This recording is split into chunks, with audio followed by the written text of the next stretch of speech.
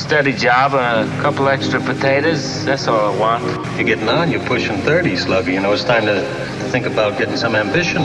Oh, I always figured I'd live a little bit longer without it. Don't forget, kid, that what you're trying to do here is to be bright and chipper and entertaining and intelligent and sort of glitzy, and that's funny, and it's kind of cool, and it's interesting, and it's edgy, and all of that. It puts that facade of momentary charisma on you, and if you don't play that out, you actually fail.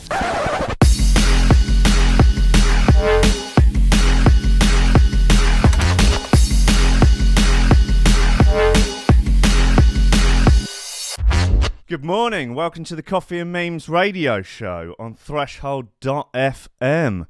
Thank you very much for tuning in this morning. I've got my coffee, I've got some memes lined up, I've got some absolutely banging music and things of a like kind. What are we going to do with this radio show? That's a very good question, I hear you ask. I'm going to do it every day for a month, every weekday morning for a month, 10 a.m. till midday. So that's 2 hours of your life a day, pretty much sorted. The rest of your waking day, I will have to leave to you. I mean, I can offer some suggestions along the way of how you might like to fill your time. I don't know, perhaps like you could go and join a youth club or an after-school homework club, perhaps, or maybe volunteer at a hostel for wayward DJs. Something like that. Something nice. Something to give back to the community. But I'm going to sit here. I'm going to play records. I'm going to look at stupid stuff on the internet. I don't know if you've heard of the internet. It's a bit like a newspaper, but with more people shouting.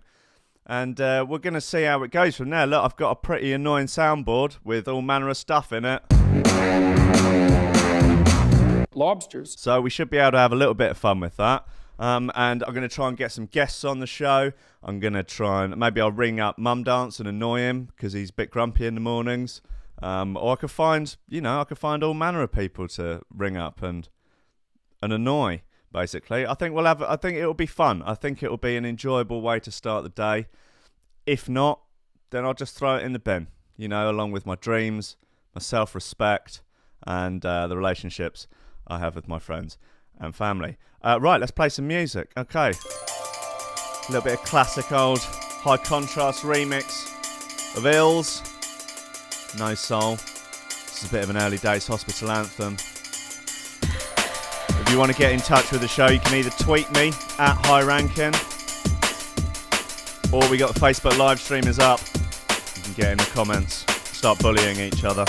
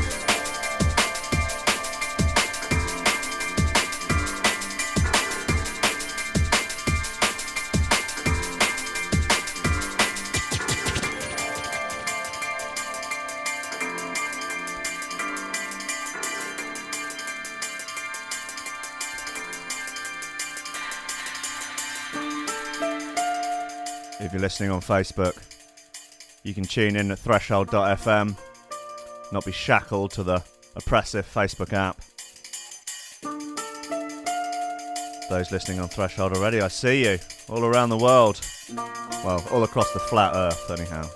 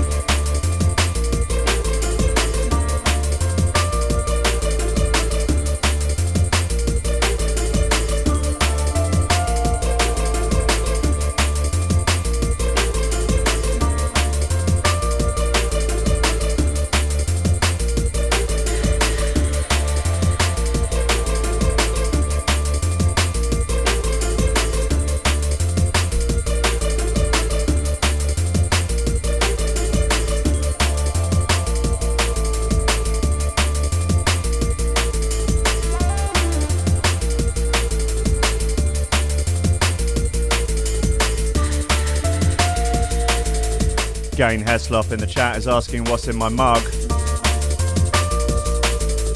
It's 1 part coffee, about 10 parts milk, and then you know those kind of big syrup plunger things they have in Starbucks? I've got a big one of those, except it's full of like sort of liquefied pingers.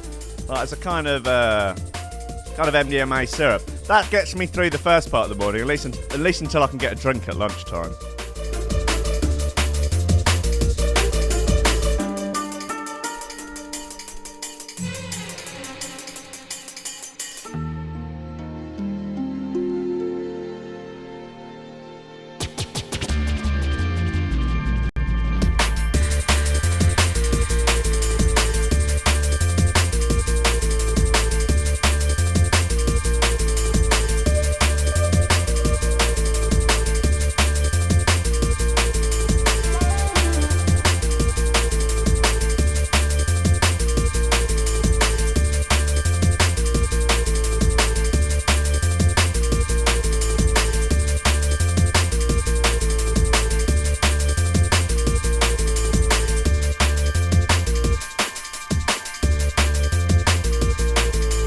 Few people in the chat giving it the Harry Kane routine. I don't think my chin is that big, is it? Surely not.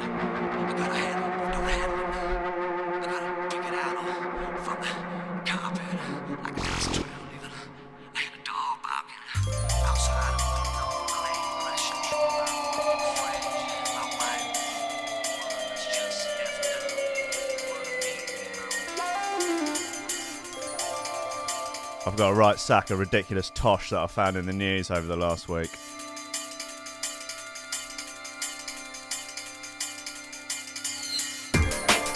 If you do have any funny, ridiculous or absurd news stories that you found, or anything you'd like me to break down, please send it over.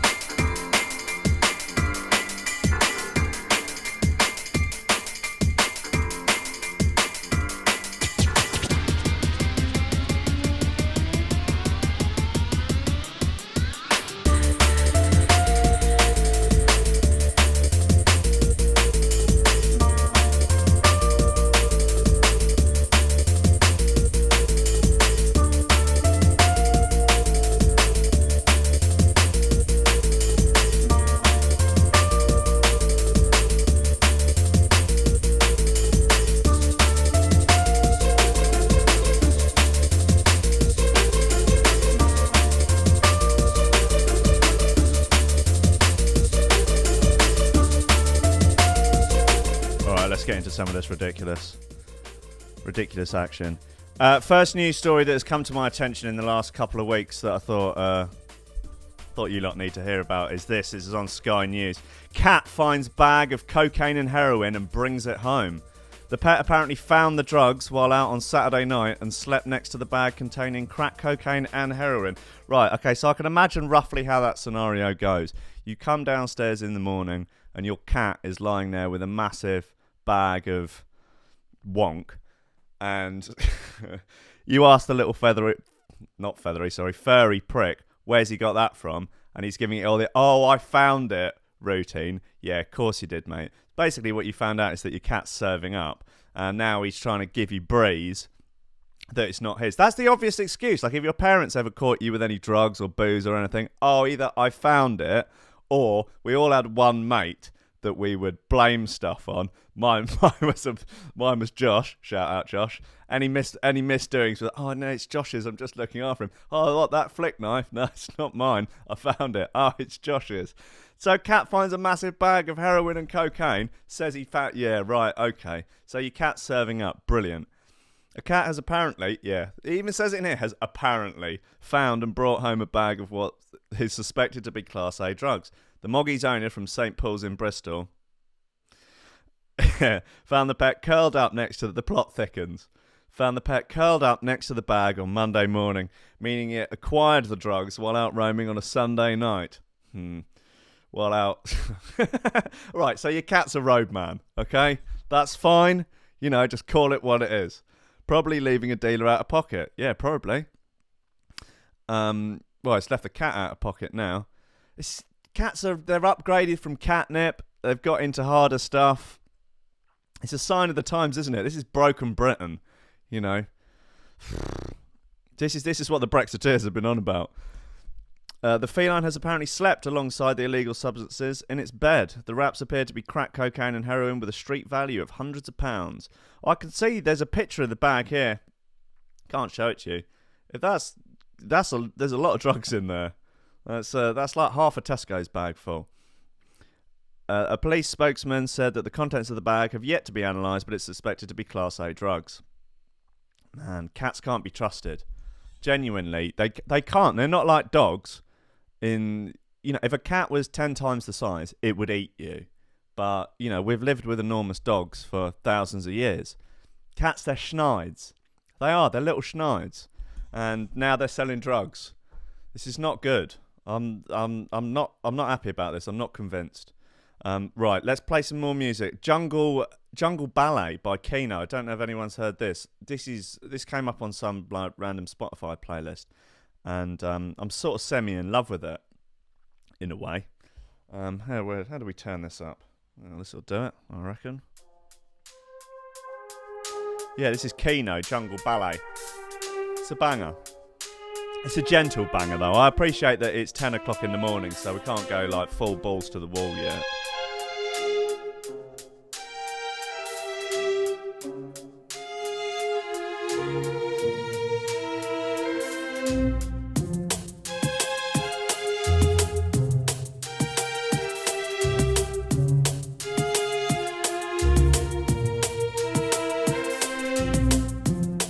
Yeah, Tony in the chat is raising a good point that a dog would have shared those drugs. Damn right.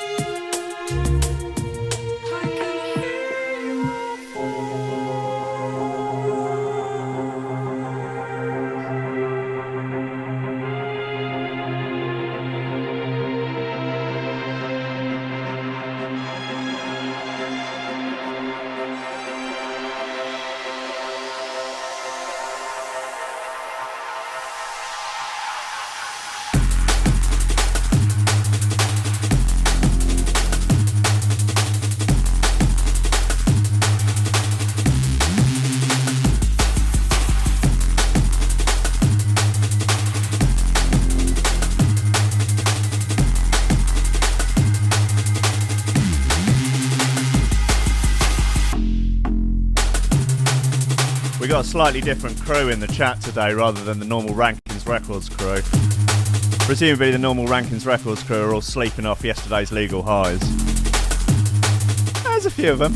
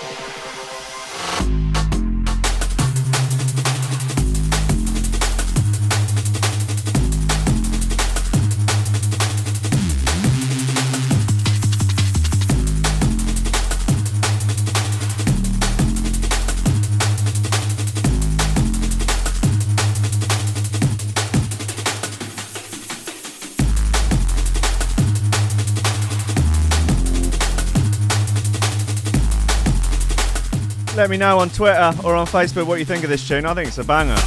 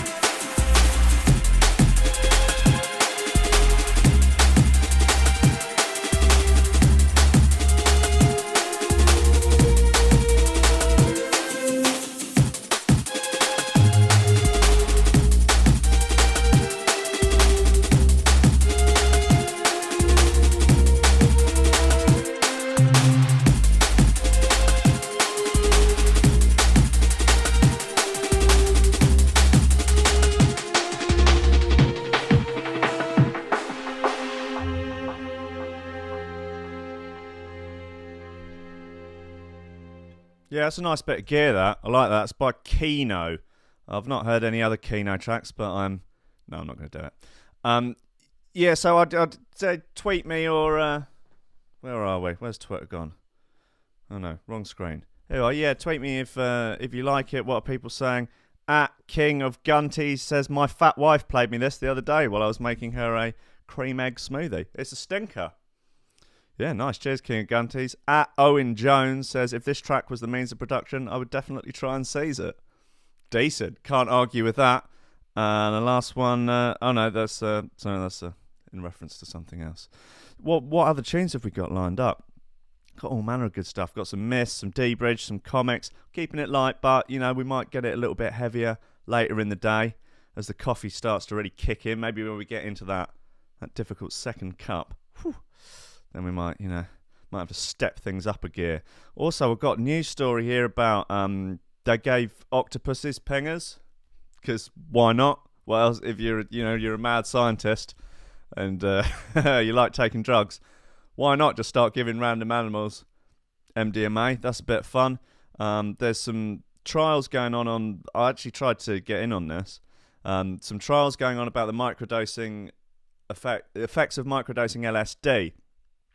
This is something that's been going on in Silicon Valley for a little while with apparently quite amazing results. Basically, you take about 1/15th or 1/20th of what a normal dose of LSD would be, and it doesn't have any like visual effects or like noticeable effects, but it has sort of some effects on like your subconscious, and it has like apparently very good effects on like problem solving and creativity and all this sort of wacky stuff. Been thinking about it for a while, and then I saw in The Guardian that they're going to do some trials on it. I was like, right, I'll get involved in that. But in looking further into it, it turns out that the college that are doing it are making it very clear that they are not providing the drugs, and that people must provide their own drugs, their own illegal drugs. So that's probably not really a goer. Though it might be quite fun if you got to go to like some school every day and some guy in a white coat would give you a tiny little bit of acid. And then you come back like a couple of weeks later and tell him how you got on. You're like, oh, well, yeah, basically it worked out my life, and now I'm a lot happier, and I'm not so much of an arsehole. That'd be quite nice to find out. But no, sorry, you got to go and buy it. Maybe you could go and find your local cat dealer, that he'd be curled up, maybe on a windowsill somewhere. Ask him nicely, maybe pay him in a couple of... What are cats actually like? Dead mice? I don't know. Because, if this cat's already selling drugs, you're not going to be able to bribe him with catnip, is he? He's just going to laugh in your face. It's like going to a heroin dealer and asking him to swap some for weed. It's not going to work. So anyway, maybe I just have to pay cat. They probably take cash, don't they? Cats, yeah, or Bitcoin. Don't know. And yeah, buy some acid, get my own acid, and just do my own little personal double-blind placebo-controlled trial. Why not? Right, look, I'm going to play this... no, that's too much high contrast in a row. Okay, let's play some classic old comics. That'd be nice. Yeah, I don't know, let's drop the 9. Need to get into this soundboard. I could have been all over this soundboard when we're talking about the cats doing the drugs. What could he add? Yeah, look, cats, they're serving up. Woo! It's the motherfucking Eagle Double G. Snoop Dogg! The motherfucking CAT, right. Yes! Jesus Christ. Okay, look, let's play some more tunes. Let's play Comics Be True. This is a fucking banger.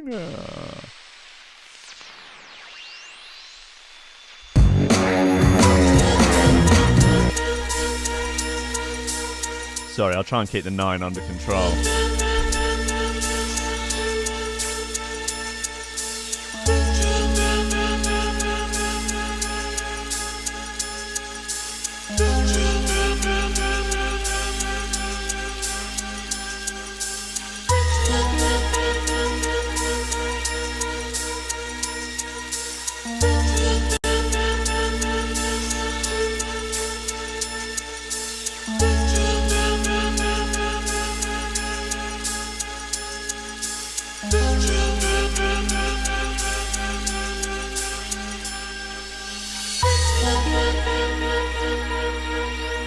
Paulie in the chat. Paulie! Hey, Paulie! Has raised a good point. Dogs are narcs. Cats sell drugs, and dogs sniff out drugs and narc on people.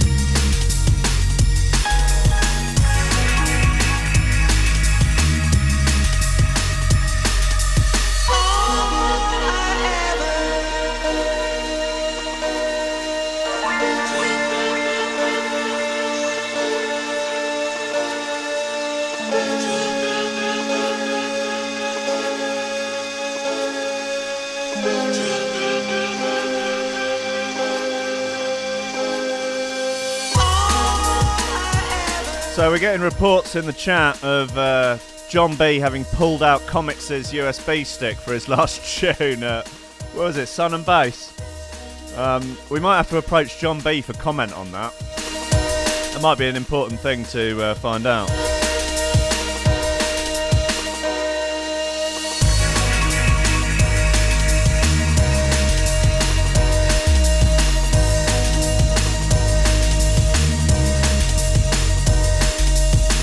John was playing drum and bass remixes of Toto Africa.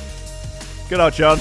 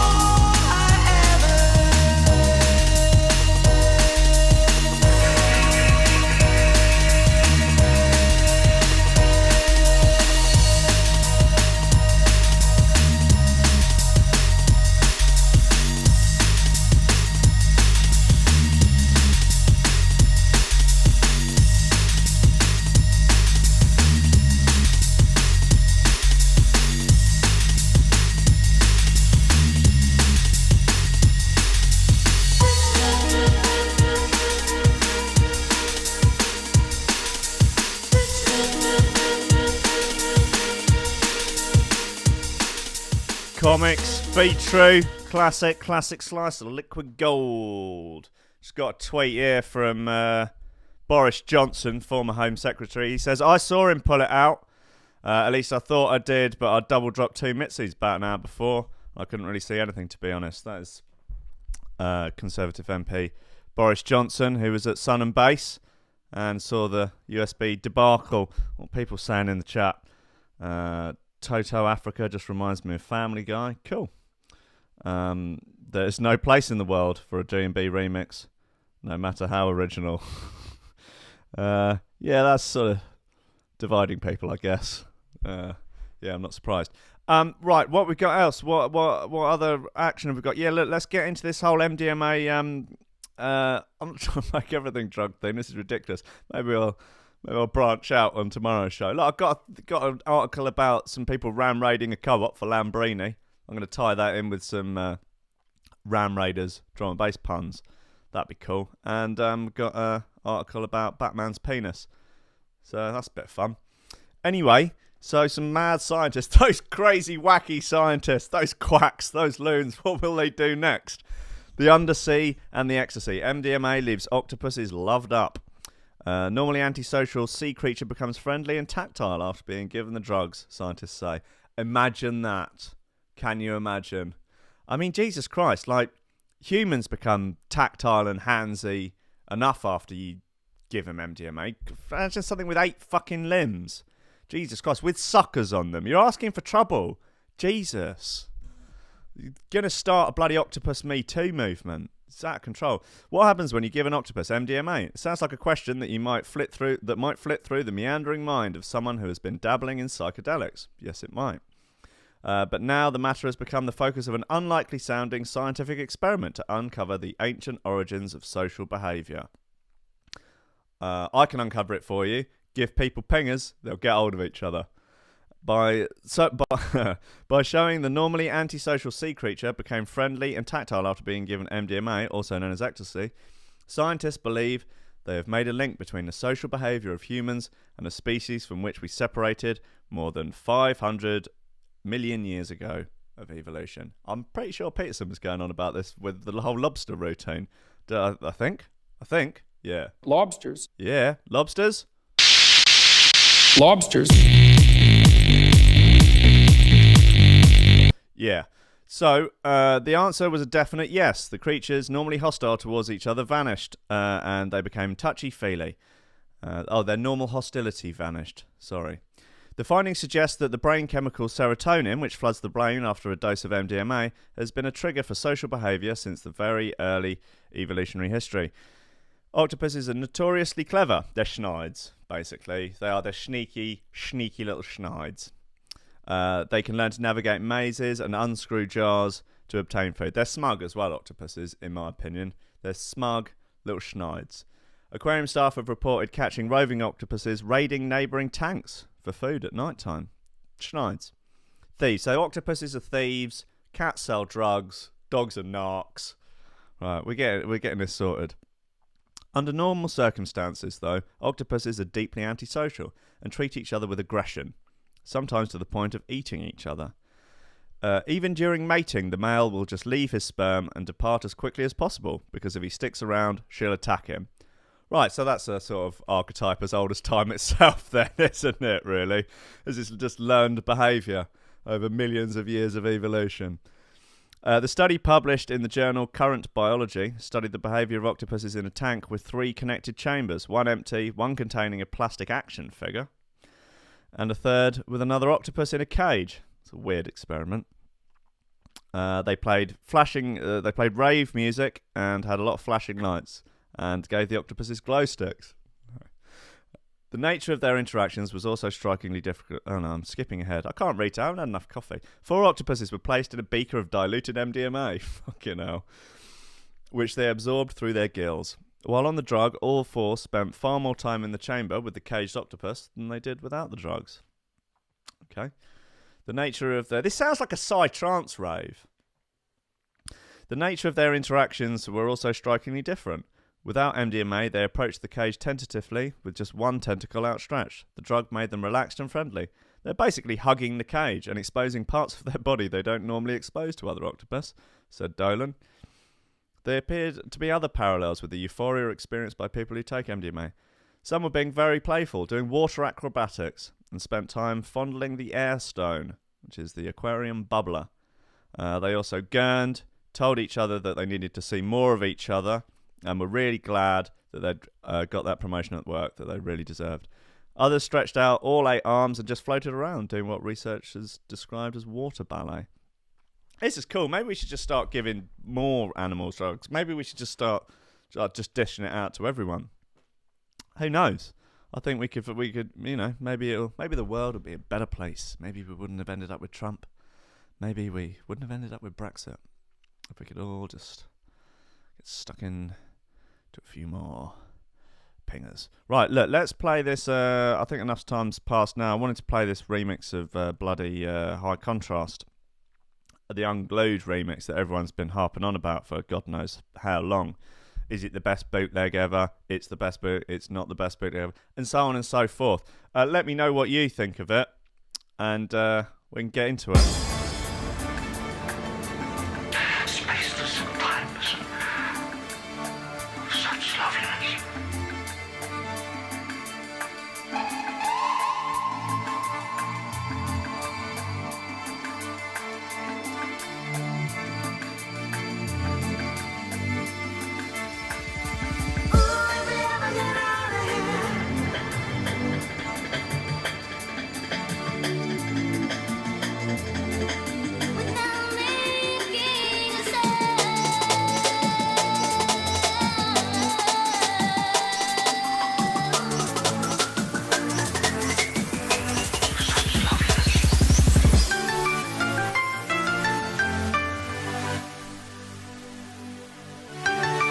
Shout out to the main man, Akira the Don, listening in LA right now.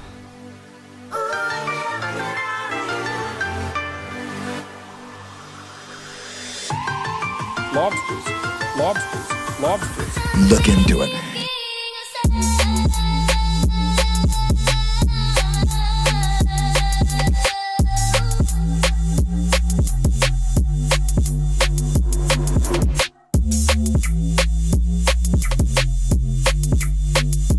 Lobsters.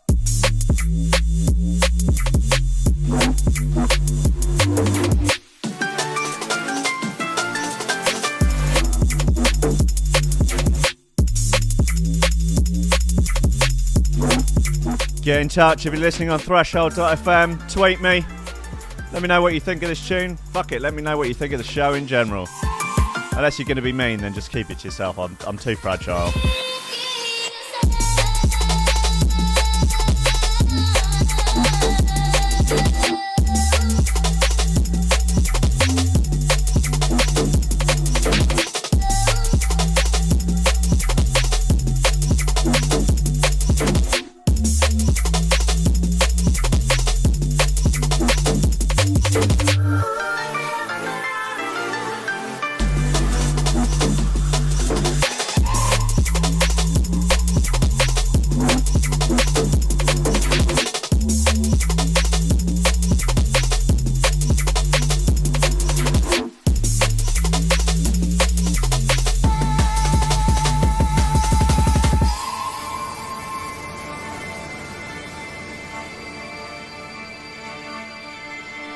Spaceless and timeless, such loveliness.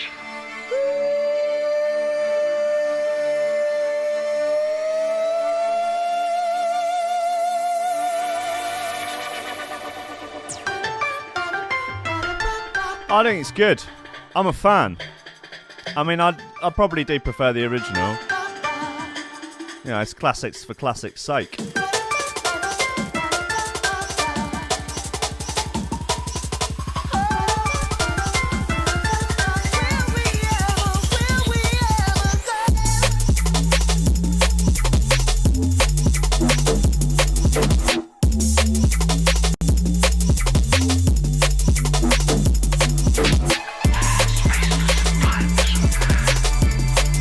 Such loveliness.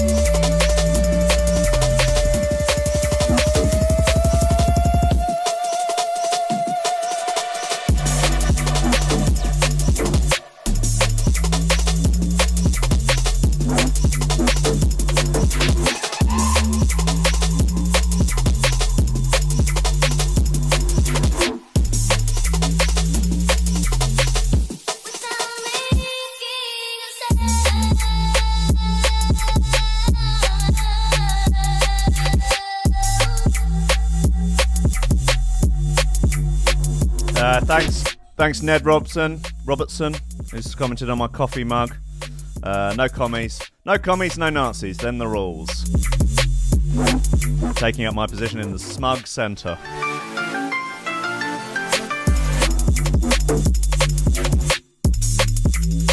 The smug centre is the political centre whereby you just sort of roll your eyes at both sides. Oh yeah, but without actually really taking a position on anything.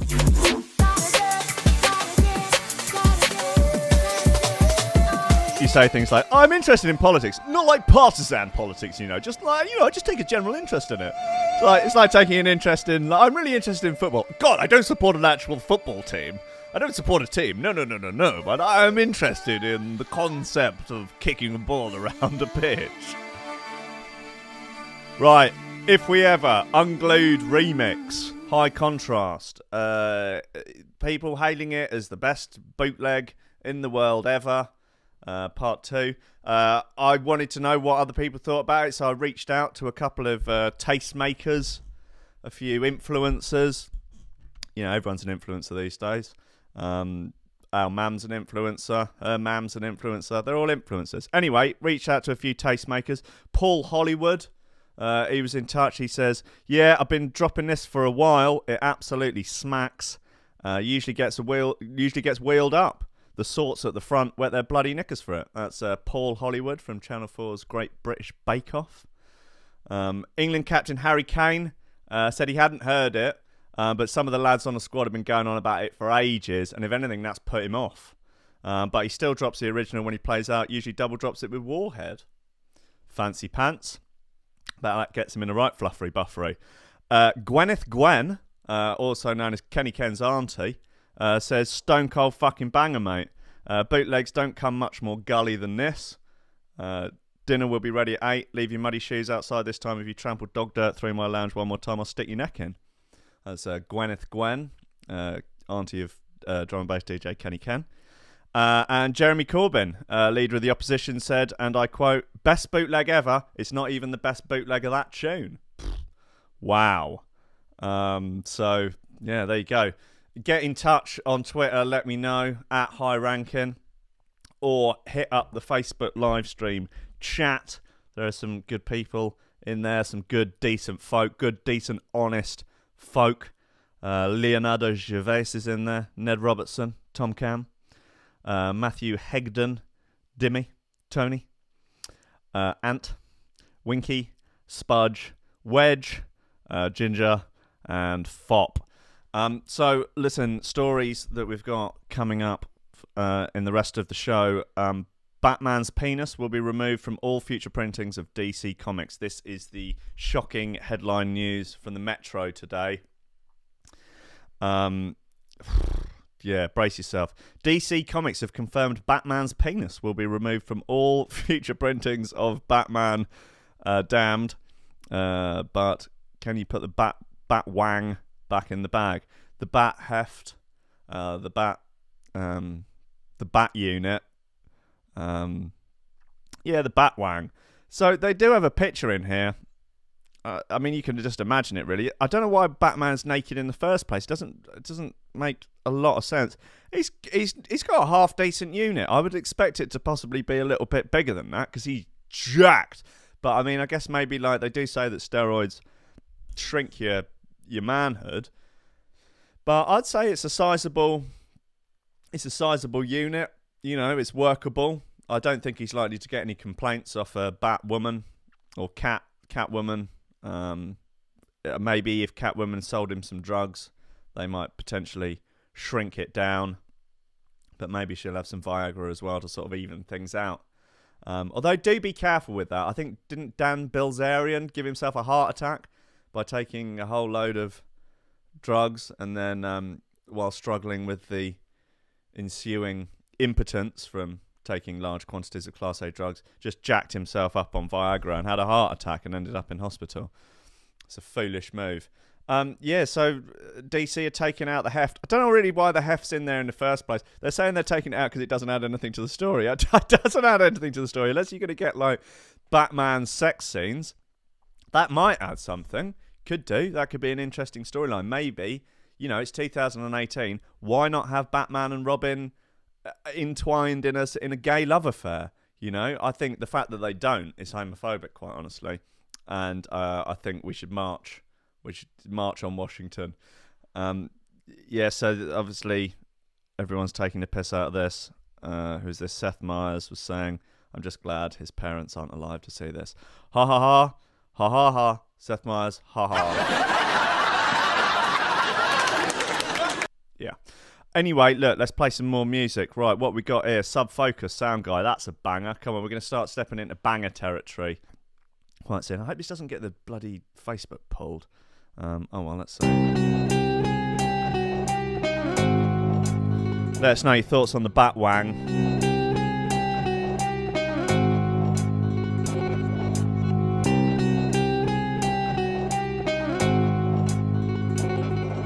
People in the chat are just arguing over hardstyle.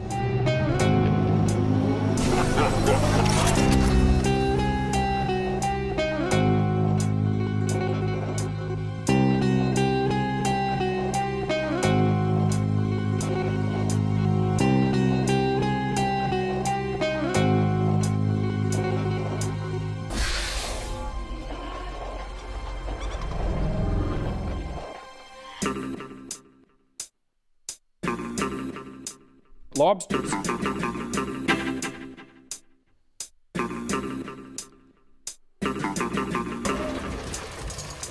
It's made a few alright tunes, that Sub-Focus lad, hasn't he? Yeah, roughly speaking.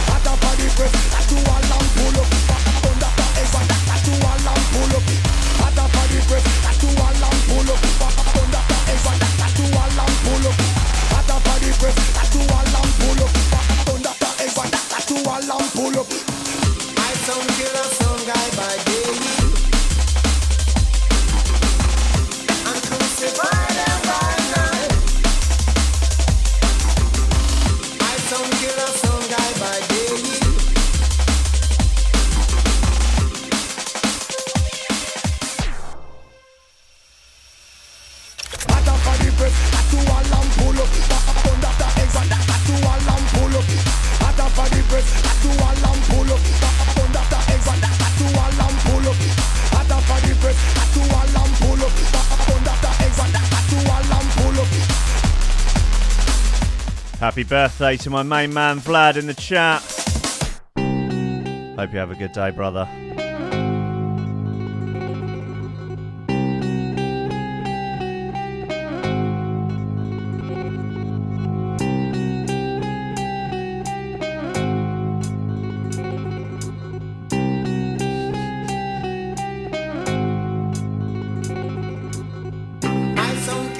Leo in the chat saying it's official. 44 minutes past 10 is the latest you can keep Rankin from going in hard. Hard and unsheathed. Dry.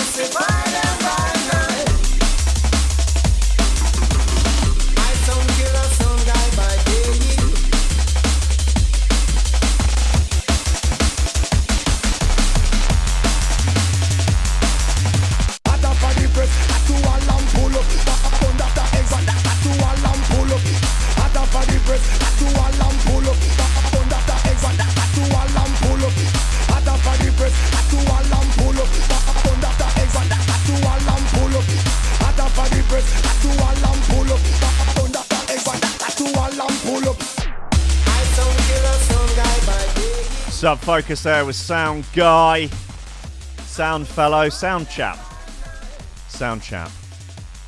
So look, there's this. Listen, guys, crime's not cool, but sometimes it is hilarious. This is a news story from the BBC from the 18th of September. Woodcote Ram Raiders escape with stolen Lamborghini. So this seems to be like it's the second time. There's a spate of Ram Raiders, and they were trying to get an ATM, and they failed miserably because ram raiding doesn't. I didn't even think it even happened that much anymore. It was more sort of like mid-90s crime. It was very fashionable in the mid-90s. I guess like security systems were a little bit less advanced then, and perhaps you could get away with nicking an ATM. But people would ram raid off licenses and just stack up as much booze. Or was that just in bottom?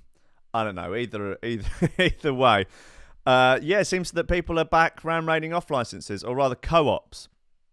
And they backed a Land Rover, or a Range Rover rather. It's quite a nice looking Range Rover actually, silver, not the colour I'd choose it in, but I guess it's probably moody anyway. And you beggars can't be choosers when it comes to nicking motors.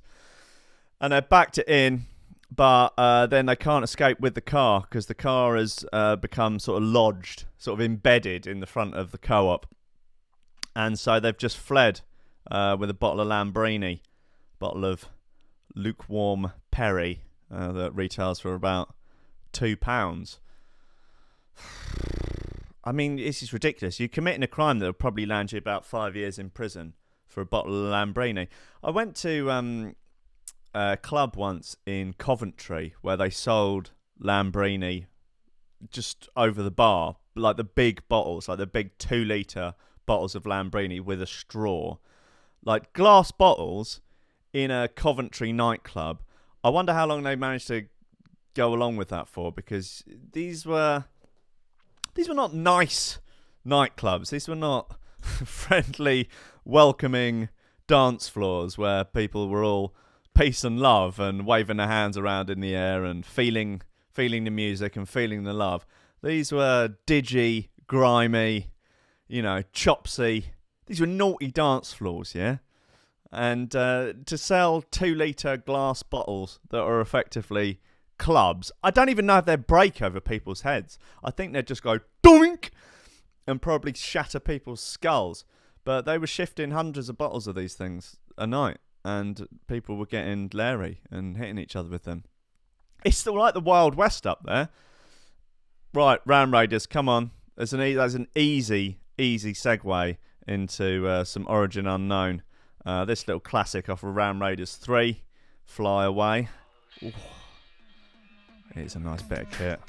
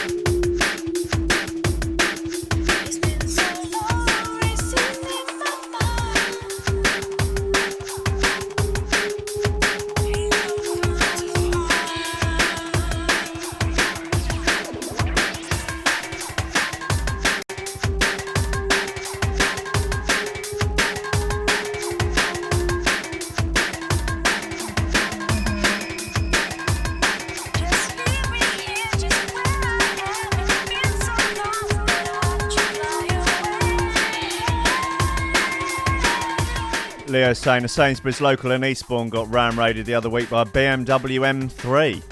Jesus, I know Eastbourne is about 20 years behind the rest of the country. Why would you ram it with an M3? That is wild. The wild, wild East.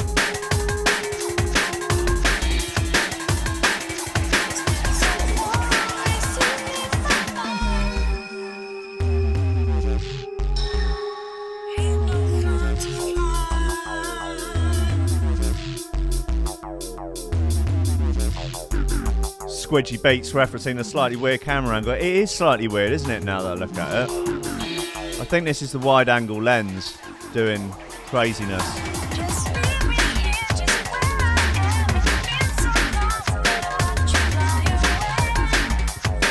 I think it's the lens that's making me look so absolutely jacked as well. Woo!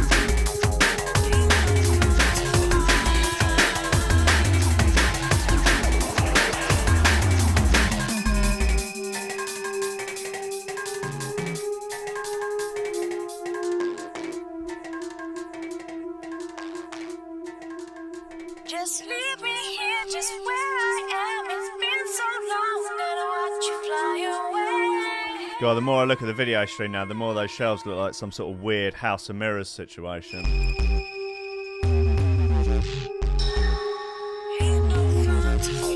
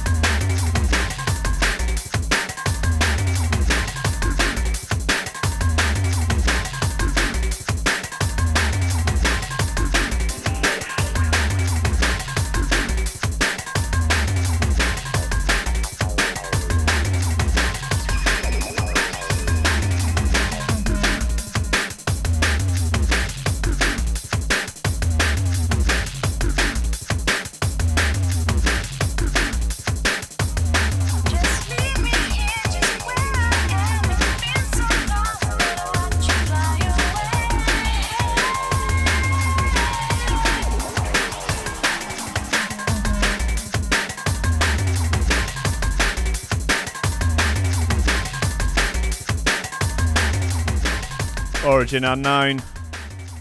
Classic off of Ram Raiders 3. Got a few tweets in actually about it. At Andre Agassi, tennis player, says this tune's a classic. I used to get the Wimbledon ball boys to stick this on for me when McEnroe and I would have our baths together. Soapy jungle fun. Nice. Helen Mirren, actress, says play some Dillinger, you soy boy cuck.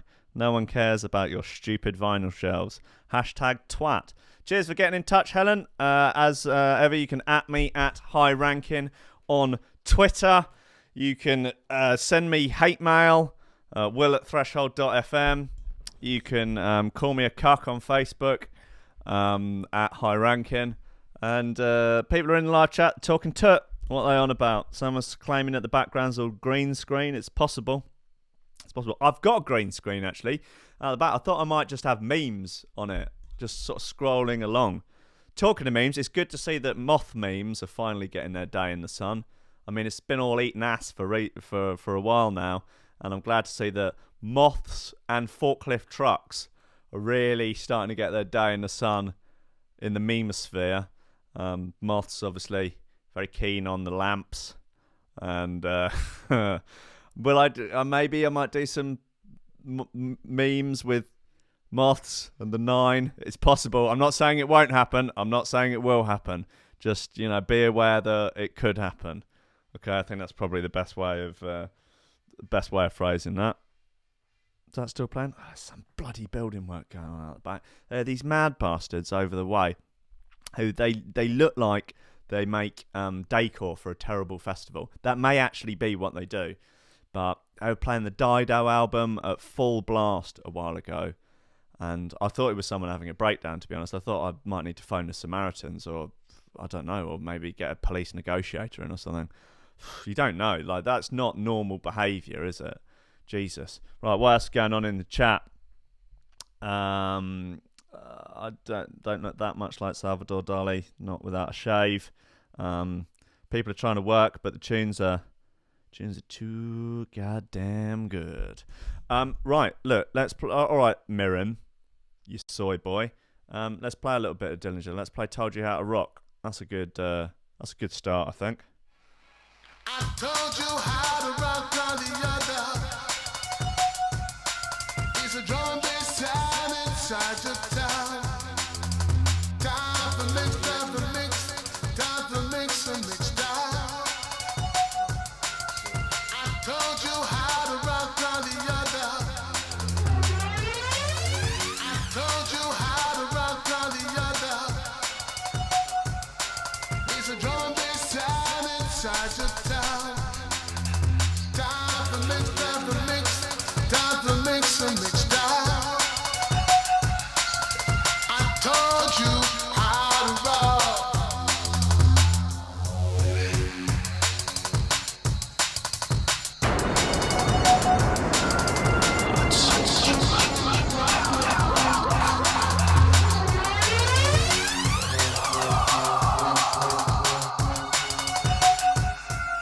I told you how to rock on the other.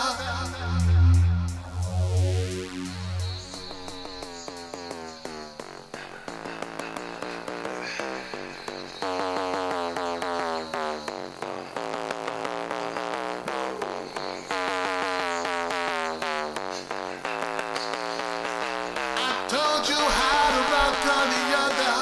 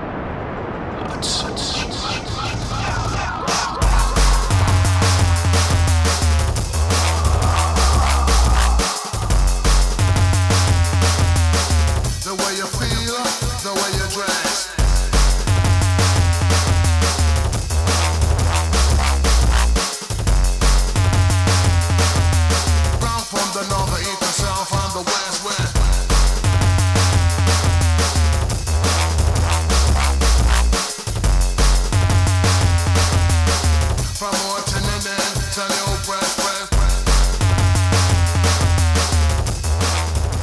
All right. So for those of you listening on Facebook Live, I am going to turn off the Facebook live stream and move over to just streaming on threshold.fm. So if you want to keep listening to the second hour. It's all about threshold.fm, baby boys and baby girls and baby others.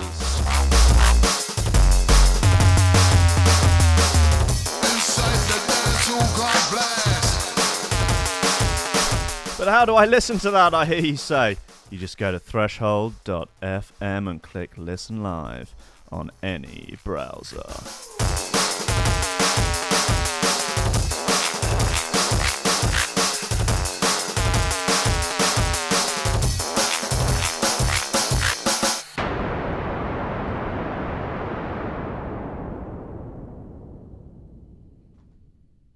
Oh shit.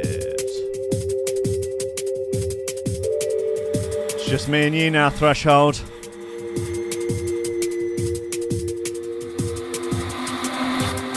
Just us.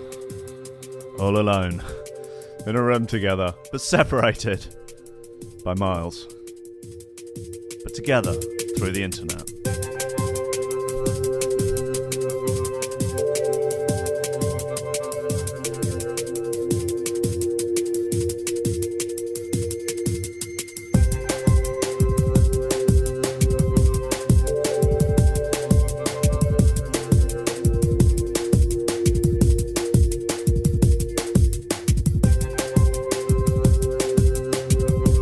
If you want to get in touch, tweet me at Rankin. Send some advice, send some encouragement, send some abuse.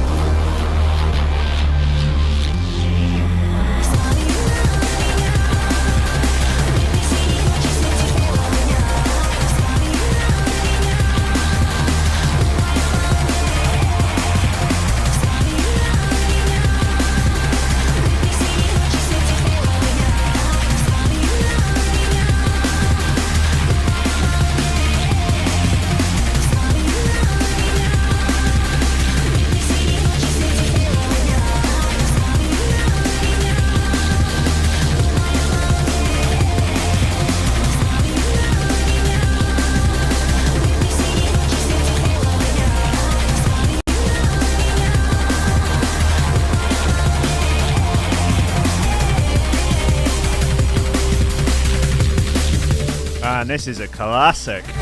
I don't know how I don't have this on vinyl.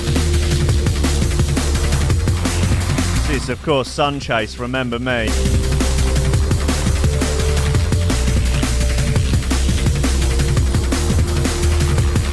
It's got Yana K on it. You might remember her from that Paul B track I played last, Rankin's Records. I do implore you all to watch that mad video of those two on some strange Russian pop concert.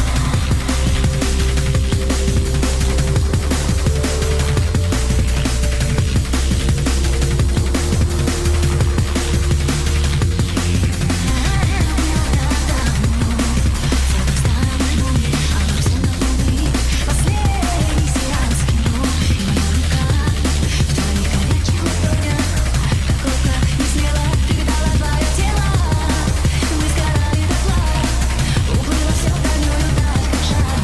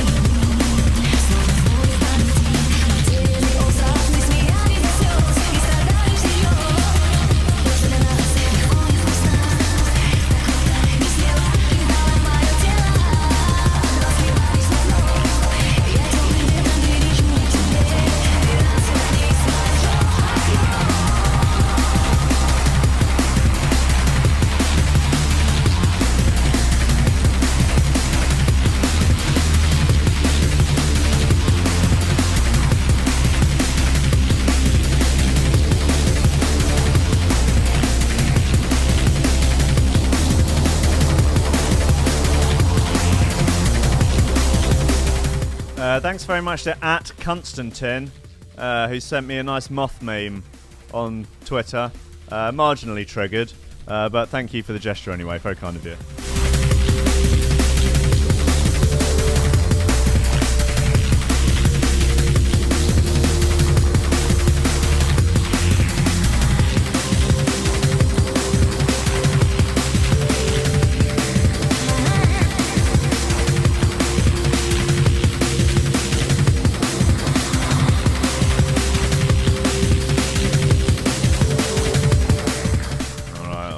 So flicking through today's Metro, I was slightly shocked to see. Now, if anyone used to listen to Rankin's radio, there was a. They'll know of the freckle-faced, mischievous boy with the gimpy leg from the estate, little Jimmy Cartwright. He's a nightmare, really. He's a terror. He sells pingers. And he used to terrorise various DJs. I think he set Arwan on fire, and he may even have beaten up David Guetta. I can't remember, but there was a rumour that he had been killed. He was joyriding round the estate, and he crashed into Arwan, who was walking around in a fur coat that was too big for him, and sort of obscured his eyesight. And he walked out in front of little Jimmy Cartwright's joyriding, went through the windscreen, killed little Jimmy Cartwright, but as it turns out, I think that might have been fake news, as the Metro today is reporting child arrested for driving car at 100 miles per hour in police chase through Yorkshire. And if that ain't the work of little Jimmy Cartwright, the cheeky freckle-faced lad from the estate with a gimpy leg who sells pingers, I don't know what is. Police in Yorkshire have revealed that they've arrested a 13-year-old boy after a police chase in which speeds reached 100 miles an hour. They're responding to reports of a stolen Golf. Yeah, definitely his work. The VW Golf was a favourite of his to joyride around the estate. In Shipley, West Yorkshire. Following an investigation, they tracked down the car to Keighley, around 8 miles away. They then started a pursuit which lasted for 5 minutes until they got to Bingley, where a stinger was deployed, bringing the chase to an end. On Twitter, they said they arrested 2 males, including the child who was behind the wheel of the car. PC Pearson, shout out PC Pearson, tweeted, "Shocking to find the driver was only 13 years old." Not shocking if you know little Jimmy Cartwright. At 12, he was burning massive DJs. You know, at 11, he was selling gear. He's a menace. He is. He's a menace to society. He's a menace to sobriety, quite honestly. The boy cannot be identified because of his age. It's little Jimmy Cartwright.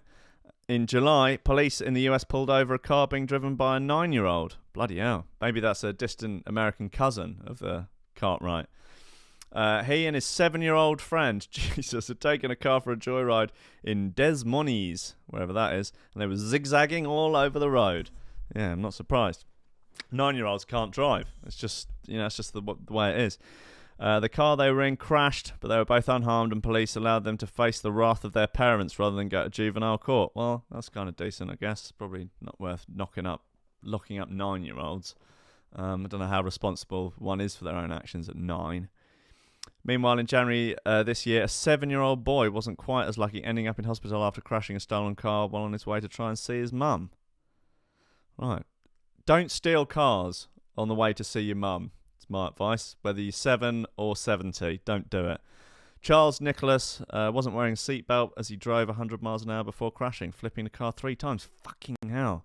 Yeah, give that a miss if you have the chance. Just don't get involved.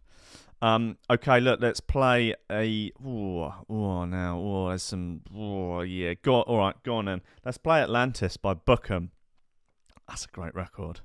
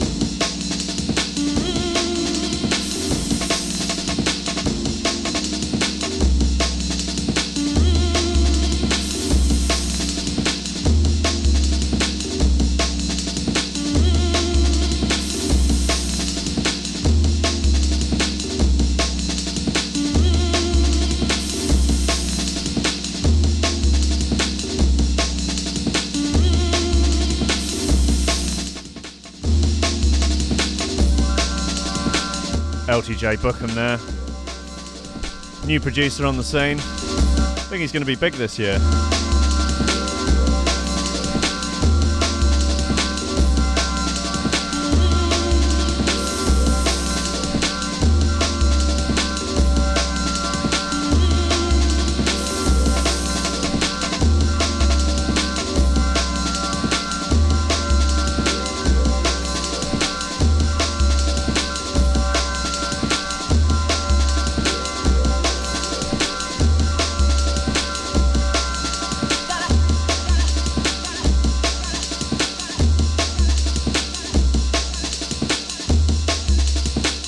Dashed off to the lavatory momentarily there, and someone in the building is playing Res by Orbital very loud.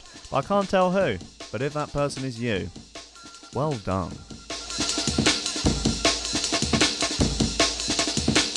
I mean, they won't be listening because they're listening to Orbital, but, you know, just to everyone else, nice work.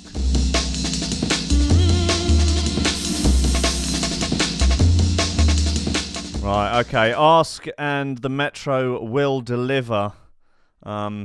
Jesus wept. Okay, woman claims 53 wraps of cocaine found in her vagina were for personal use. Well, it's worth a try, isn't it? Should have blamed it on a cat. A woman caught with 78 wraps of cocaine and heroin up in her vagina. I should have said all up in her vagina. Told police they were just for personal use. Lauren Carson, 31, was stopped in the capital's West End when officers saw 3 men and a woman following her looking to buy drugs. The Glaswegian gave officers a false name and struggled when they grabbed hold of her after spotting cling film wrapped packages in her mouth. In her meat. During a strip search, Carson tried to transfer some of the packages from her vagina into her bra that had just been checked. She's a canny lass, this one, isn't she? Officers had found 53 wraps of cocaine and 25 wraps of heroin, the Old Bailey heard. Carson told jurors she had bought the drugs in bulk for her own personal use just moments before her arrest. She said she handed over the last £130 from her father's inheritance for the haul. Jesus. Which could have fetched up to £500 if sold individually. Yeah, nice. 500 quid for 73. These must have been tiny little wraps. Just saying. Just saying. Carson explained she knew exactly where to go to purchase them because her father used to take her there to get his own fix. I have to be honest, she doesn't look like a heroin addict. She looks quite normal. She just looks like a fairly smart, upstanding member of society. You would never know that she's got a vajayjay absolutely rammed full of gear. He overdosed, that's how he died, but he used to take me to these places, she said. It's probably not a great place to take your daughter, but that's where we'd go. She told jurors she used the alias because she was worried about an outstanding arrest warrant north of the border. Yeah, that would make sense. When quizzed about why she was in Soho, she added, "Well, I'm a tourist. I am from Scotland." Okay. I mean, this is what happens when the Scotch come south of the border. They're normally upstanding members of society. They do absolutely fine in Scotland, but then they come down to London and the English rather, just immediately degrade them and turn them into drug addicts. It's a sad state of affairs, and I'd like to apologise to all of the Scotch on behalf of all of the English. Prosecutor Matthew Dalton asked her why so many wraps were found hidden in her private parts if they were only intended for her own personal use. She replied, "Because I put them there to conceal them because you're not supposed to have Class A drugs on the streets of London, obviously." Yep, okay. Carson of Mossvale Way, Glasgow, admitted possessing the Class A drugs but was found guilty on 2 counts of doing so with intent and jailed for 3.5 years. It emerged after the verdicts were returned that she has 3 previous convictions up in Scotland for dealing Class A, B, C drugs going back to 2009. So she's got a full collection there. That's pretty decent, isn't it? You can't argue with that. Yeah, what a G. Oh no, see, the sound wasn't up. That would have been perfect. It's the motherfucking Eagle Double G. Snoop Dogg. You know what happened with the D-R-E. Straight off the streets of fucking Glaswegian. Right, let's have some more tunes. Let's do it. Come on. It's Monday morning. Let's get this shit popping. Let's rock and roll. Come on.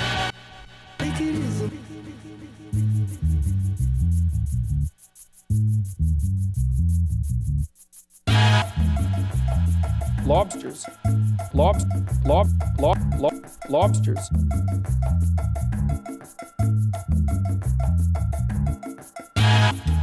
Dinosaurs don't come from the government.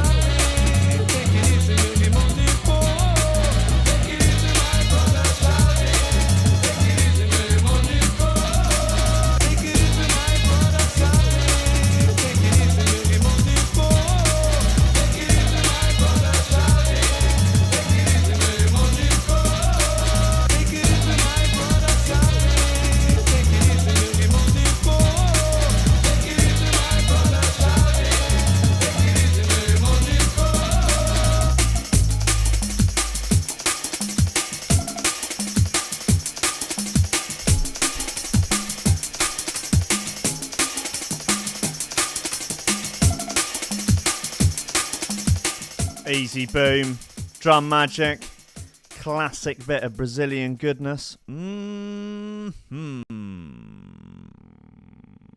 like a nice acai smoothie.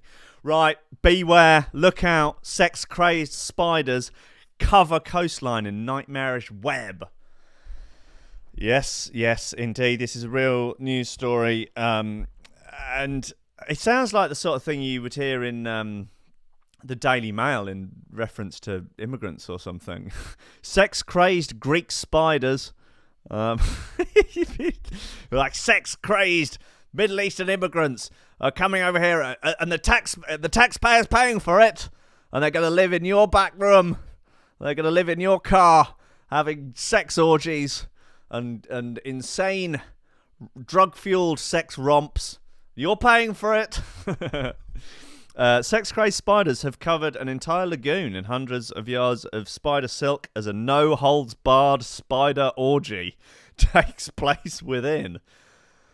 Right, okay. How do you know it's no holds barred? Like, are you an expert on spider sexual activity? You're like, well, normally they just have fairly conservative missionary sex, but this lot, they're pegging each other, they're doing stuff upside down, there's some dress up, there are like furry spiders, they're in there, there's, you can't see for lube. They're really going at it. The sticky white lines extend for a few hundred yards along the shoreline of Italico, built on an artificial island in a salt lagoon near Missolonghi. Missolonghi, right. Okay, this is getting more ridiculous by the minute. 150 miles west of Athens. Experts told local media that the number of lake flies, a non-biting midge, have rocketed amid humid late summer conditions, and spiders are reproducing rapidly to eat them. Yeah, I can see that would go down in the spider community. Shit, lads, there are more of these midges than we can deal with. Right, we better start fucking like mad and reproducing so we can eat them all. Seems fair enough. Spurred into overdrive by an explosion in the population of insects they eat, thousands of little spiders in the West Greek town have shrouded coastal trees, bushes, and the low vegetation in thick webs. Does look pretty nightmarish, actually, when you look at it. And they're all just in there, just shagging and shagging and shagging. It's like the last days of Rome. The lagoon in western Greece is now shrouded in webs, burying vegetation in a mass of spider silk filled with mating spiders and their young. The Tetranagatha spiders, known as stretch spiders, that's gross, are known for building enormous webs for mating when it's hot and humid. Professor Maria Chitzaki at the Democritus University of Thrace said, "It's as if the spiders are taking advantage of these conditions and having some kind of a party. They mate, they reproduce, they provide a whole new generation. They're just shagging each other senseless. You wouldn't believe. They've got Barry White music on. They're drinking. They're taking legal highs. They're all doing poppers. They're exploring their sexualities. They're exploring their bodies. They're just getting in there and getting it done. There are huge numbers of male and female spiders mating, so they're having a go on each other. They're testing stuff out. There are no wrong answers in this sickening spider orgy." Local man Giannis Giancopoulos, that's a made-up Greek name, like that's too obvious, shared images of huge veil of spider webs, saying that these spiders seem to be catching and eating a lot of mosquitoes. Well, that's good. You want the mosquito population kept under control, and if that means spider orgies, then so be it. Right, look, let's play... Got a lot of high contrast in this playlist. Possibly too much high contrast, if such a thing is possible. Loads of high contrast. Bloody Nora. Alright, look, let's have some Brooks Brothers. That'd be nice, wouldn't it?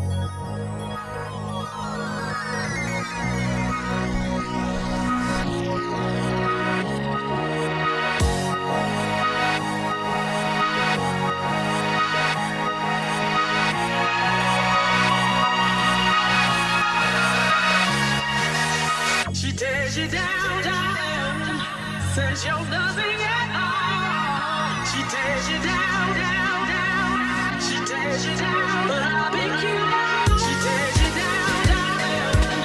Says you're nothing at all. She tears you down, down, down, down, down.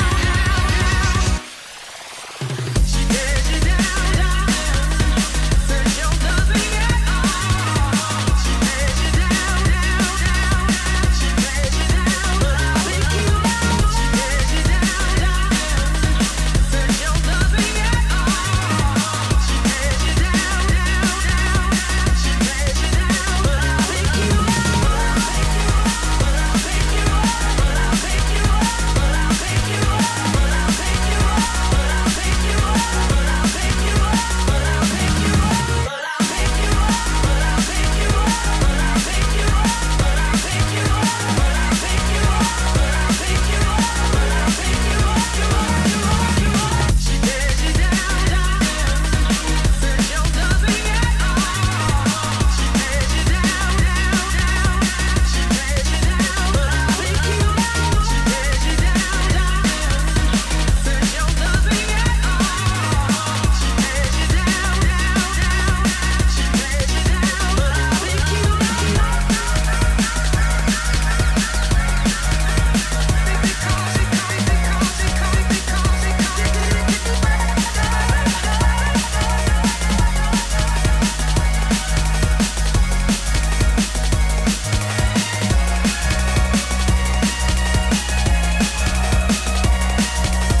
She tears you down, down. Says you're nothing at all. She tears you down, down, down. She tears you down, but I'll pick you up. She tears you down, down. Says you're nothing at all. She tears you down, down, down. She tears you down, but I'll pick you up. She tears you down, down. Says you're nothing at all. She tears you down, down, down. She tears you down, but I'll pick you up. She tears you down, down. Says you're nothing at all. She tears you down, down, down. She tears you down, but I'll pick you up. But I'll pick you up. But I'll pick you up. But I'll pick you up. But I'll pick you up. But I'll pick you up. But I'll pick you up. But I'll pick you up. But I'll pick you up. But I'll pick you up. But I'll pick you up. But I'll pick you up. But I'll pick you up. But I'll pick you up. But I'll pick you up. But I'll pick you up. You up. But I'll pick you up. But I'll pick you up. But I'll pick you up. But I'll pick you up. But I'll pick you up. But I'll pick you up. But I'll pick you up. This is like a jazzed up version of this tune. Not sure I agree with it.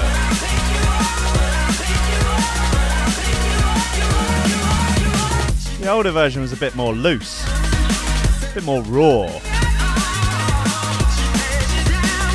bit more meaningful. I feel like they're conforming to radio standards here. Come on, boys. Brooksies.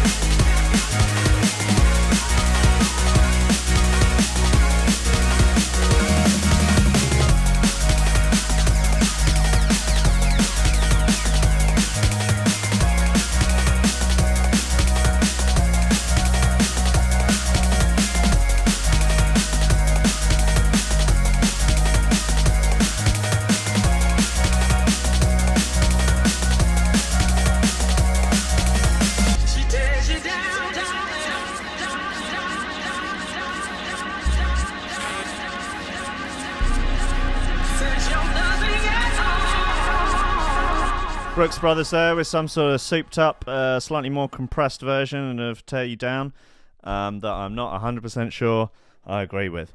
Anyway, get in touch on Twitter. I'm having a good back and forth with a man called Reese. He seems like a nice guy. We're discussing the idea of doing the BBC News on drugs, and me gurning trying to read an auto cue. Sounds like a nice idea.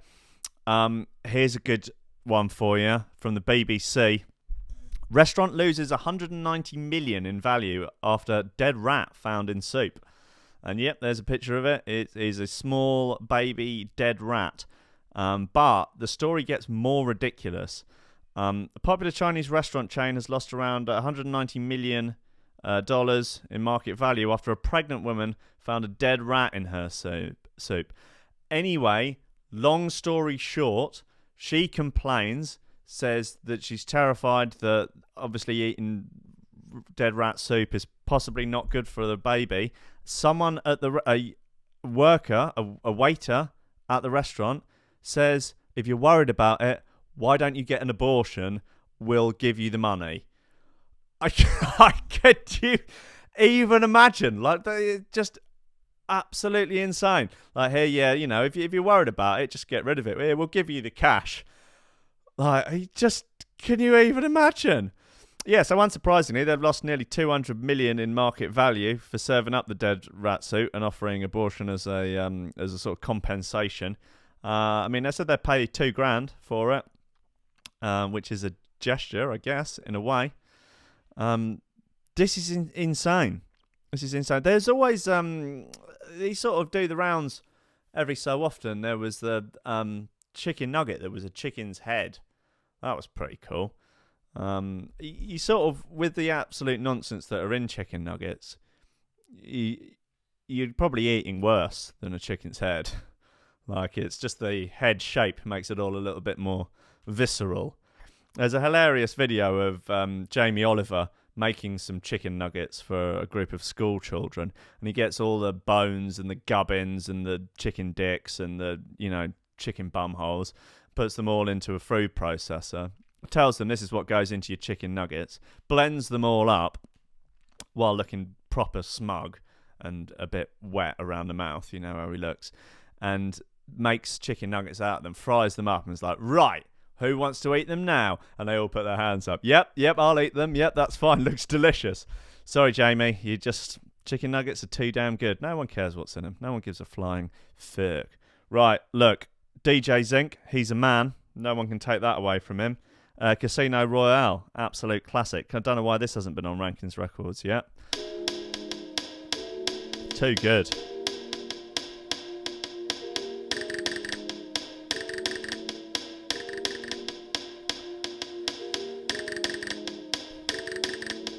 We're here till midday.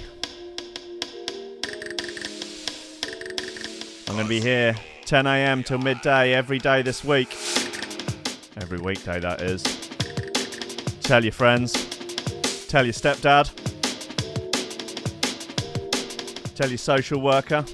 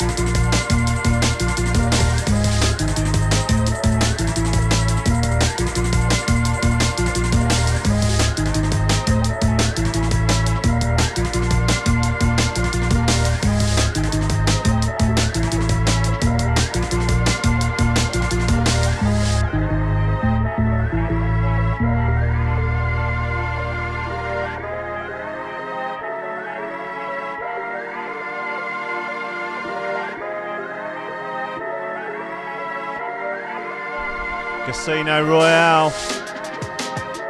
Man like DJ Zinc.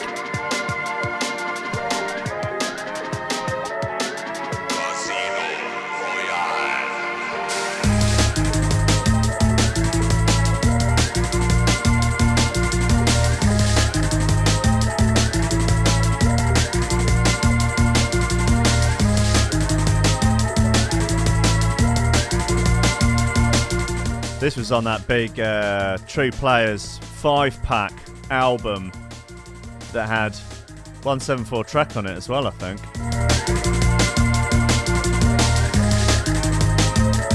I think it was a bit out of my price range when I was 16. Probably about £4 on Discogs now.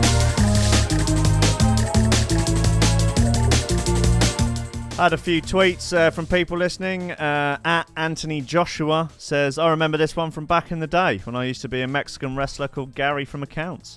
Used to whack this on when I was doing my limbering up. That's Anthony Joshua, heavyweight boxing champion of the world. Got another tweet here from Professor Richard Dawkins. He says, locked in all morning to what is so far a pretty piss poor show, Rankin. All you're doing is talking about pingers and playing out of date drum and bass. Don't you have a real job? So Richard Dawkins there, author and leader of the New Atheists.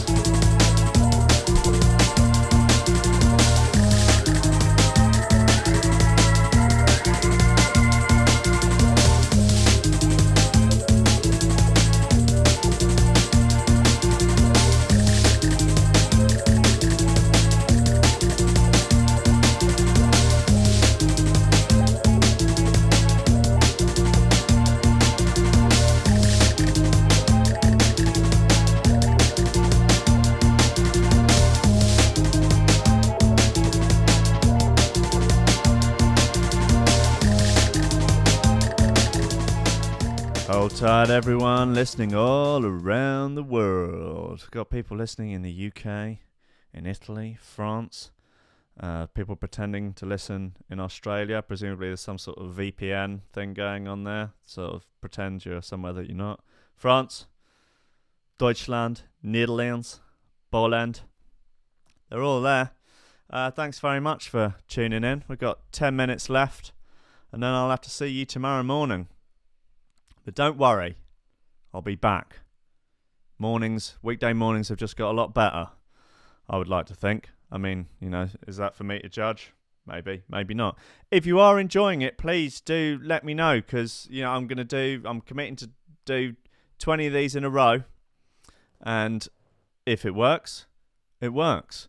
I feel like I might need a co-host, or at least a producer or someone that I can, basically someone that I can bully for sort of comedic effect, like a sort of Carl Pilkington character, or like we used to do at Christian on Rankin's Radio. So, yeah, I'm going to do my best with it, and if I can somehow fashion this into being something that doesn't just cost me a fortune every month, that would be really great.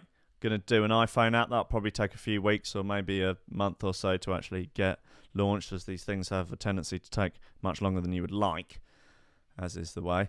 But yeah, let's do this. I think it would be fun. I think it'd be a fun way to start the day. Right, let's play some more tunes. This is Out of Space by Mist. It's a beauty.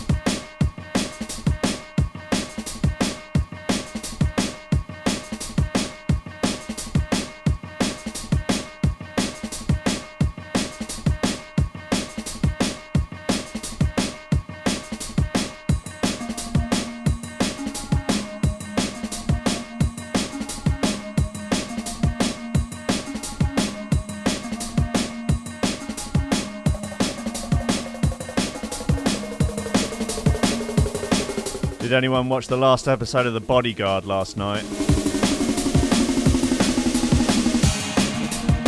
Get in touch, let me know what you thought.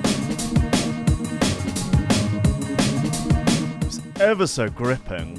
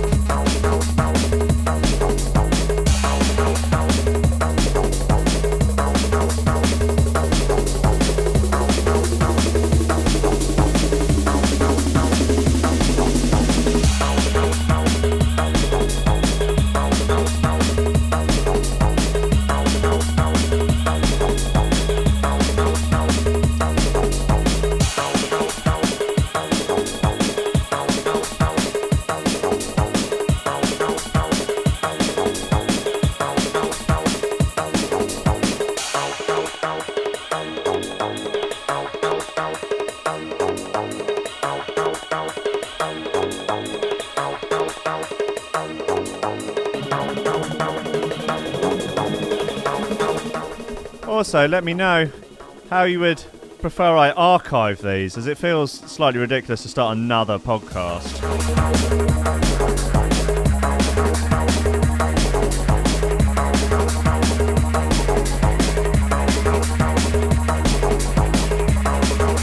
But if I have to, I will. Maybe I can stick them up on Mixcloud.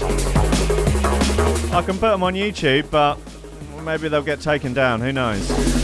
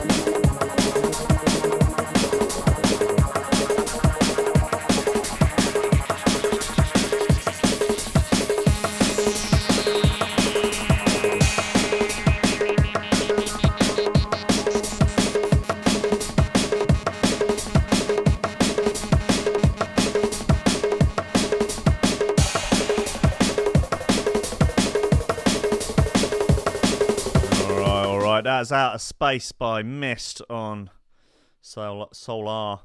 That's a great record. Got a few tweets in about The Bodyguard last night. At King of Gunty says, watched it with my fat wife and she loved it. That says she thought the kids were smug. Yeah, that seems to be a running theme actually. At Theresa May, MP, says, watched it, didn't like it, thought it was smug. Thought the geezer was smug. Thought the dead MP was smug. Wall-to-wall smug. That is the Prime Minister of the UK, Theresa May. And finally this tweet at Jeremy Clarkson says, I love it. Thought he did a great job of conveying the message that women can be anything they want, even if that's corrupt, devious and murderous. And I think that's pretty cool. Former Top Gear presenter Jeremy Clarkson there, speaking on Twitter about The Bodyguard. Right, look, let's finish off. Might as well finish off with a bit of high contrast. We started with it. So fuck it, let's finish with it. Thanks so much for tuning in, everybody. Today it's all been. I've had a lot of fun. I think it's been okay. Cool story, bro. Kind of weird, cool story, broing myself. Lobsters. Yeah, we got it all on Well, here. the thing is, like most things, it's complicated. Dinosaurs don't come from the government. Yeah, I've got no idea why I'm going to use these. I mean, this is probably going to be the best one. It's useful to have that hanging around. It'd be quite nice if that was just an iPhone app. All it is just a single page with a big button in it, and you just hit that to whenever you need to drop the 9. That could be useful. That's the sort of. I think that could rival Flappy Bird for like most downloaded app. Okay, look, let's leave it with some high contrast. I will see you all tomorrow at 10 a.m. Nice and early. Get your coffee out. You know, prep your memes. Make sure you're at your desk working. Look, you can have 9 till 10 fannying about, checking your Facebook, you know, doing your emails, doing your admin, you know, doing your life admin. And then 10 o'clock, coffee and memes, radio show, threshold.fm. Please spread the word. Tell your mates. Tell your mum. Tell your stepdad. Play it really loud to your stepdad while he's sleeping. Okay. I love you all. See you tomorrow.